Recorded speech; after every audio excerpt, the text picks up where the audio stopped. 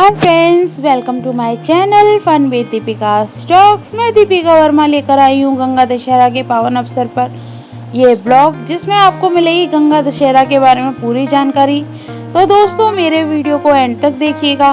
और जो लोग मेरे चैनल पर नए हैं और अभी तक मेरा चैनल सब्सक्राइब नहीं किया है तो मेरे चैनल को सब्सक्राइब कर लें। तो आइए चलते हैं गंगा दशहरा के अवसर पर। आइए जानते हैं माँ गंगा का अवतरण कैसे धरती पर हुआ और कैसे लोग सदियों से उनकी पूजा अर्चना करते आ रहे हैं। तो चलिए जानते हैं। प्राचीन काल में एक राजा हुआ करते थे जिनका नाम सगर हुआ करता था, जो भगवान श्री राम के पूर्वज थे। वह प्रतापी और शक्तिशाली राजा थे। जब राजा सगर ने अश्वमेध यज्ञ का आयोजन किया, तब राजा के अश्वमेध यज्ञ के घोड़े को देवताओं के राजा इंद्र ने चुरा लिया और घोड़े को कपिल मुनि के आश्रम में बांध दिया।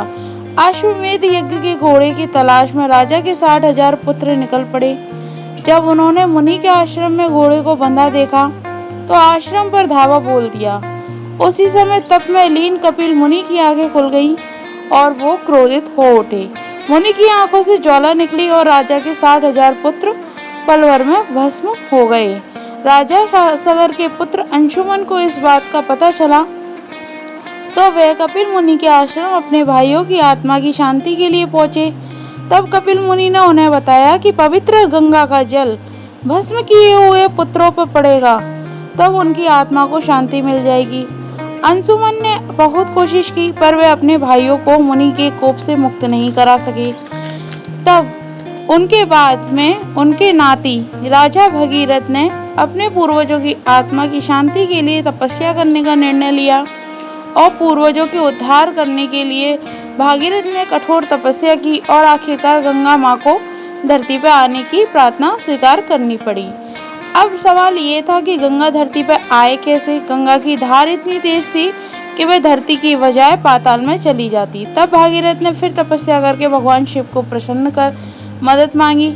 भोलेनाथ ने गंगा को अपनी जटाओं में से होकर धरती पर जाने को कहा। तब जाकर राजा सगर के 60,000 पुत्रों का उद्धार हुआ और उन्हें मुक्ति मिली। भागीरथ आगे चलते रहे और माँ गंगा उनके पीछे पीछे चलती रही। राजा भागीरथ पतित पावनी गंगा को गंगोत्री से लेकर गंगा सागर तक ले गए। यहाँ उन्होंने कपिल मुनि से विनती की वह उनको अपने श्राप से मुक्त करे। माँ गंगा की पावन धारा और भागीरथ की कठोर तपस्या का फल था। मोक्ष देने वाली माँ गंगा को धरती पर देखकर महर्षि कपिल प्रसन्न हुए। उन्होंने राजा सगर के पुत्रों को अपने श्राप से मुक्त किया। तो दोस्तों, आपने जाना कि ऐसे अवतरण हुआ है माँ गंगा का धरती पे। तो दोस्तों, ये कब मनाया जाता है गंगा दशहरा, ये भी जान लें। गंगा दशहरा का पर्व ज्येष्ठ माह की शुक्ल पक्ष की दशमी को मनाया जाता है। आज के दिन माँ गंगा का अवतरण धरती पर हुआ था। इस दिन गंगा स्नान और गंगा जल का उपयोग एवं दान करने का विशेष महत्व है। आज के दिन गंगा नदी में स्नान करना चाहिए। और गाइस, इस दिन पंखा, सुराही, फल, चीनी, बर्तन इत्यादि इसी प्रकार की 10 चीजों का दान करना भी चाहिए।